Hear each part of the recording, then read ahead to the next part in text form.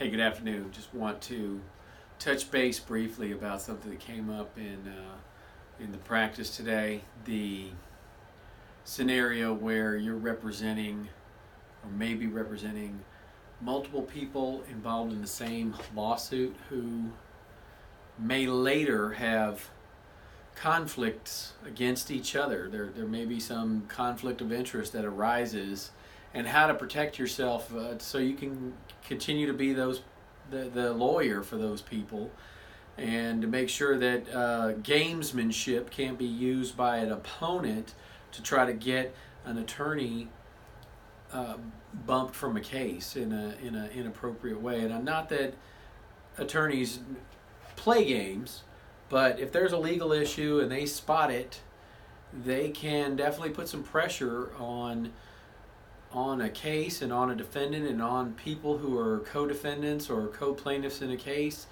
to split up the representation. And here's an example of that. If business partners are both sued in a lawsuit, let's assume one's just a silent investor. This is just investor Smith, and all this person ever did was contribute some capital, some startup capital, to a business venture. Well, that person would have their own claims and causes of action against their business partner if they later found out that their business partner engaged in something unethical or illegal, or pocketed those monies and didn't use them for the purpose of the investment, which would be whatever that business venture was meant to do. So, for example, if you're an owner in a restaurant and bar, and your silent partner gives you $20,000 to $40,000, and you don't spend it on dishes and startup food, and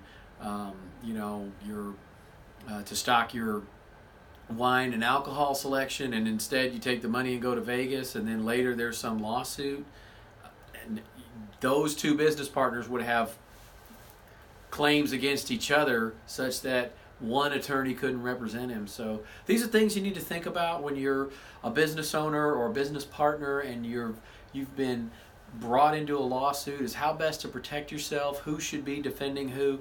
Get your papers in order on the first go round when you're making these investments.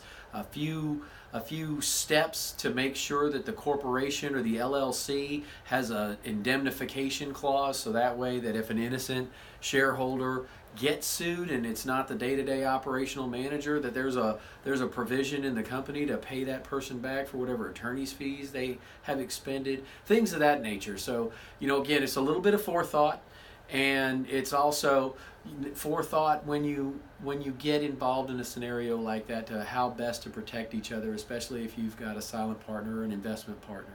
Anyway, I hope this has been some help. Everybody have a wonderful day. Keep lifting each other up.